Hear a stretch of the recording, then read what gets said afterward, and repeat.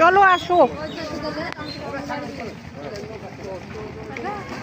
আমরা এখন খোশবাগ যাচ্ছি। ছেড়ে দিচ্ছে। আমরা এখন খোশবাগ যাচ্ছি গঙ্গার উপর দিয়ে।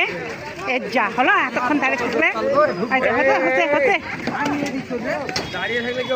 এই হলো হলো হলো হলো হলো এই বাবু এখন উপায় আর হবে না, আর হবে না, না না না আর হবে না। বারবার বললাম, বারবার আমি বললাম। ওই যে ওটা আসতেছে।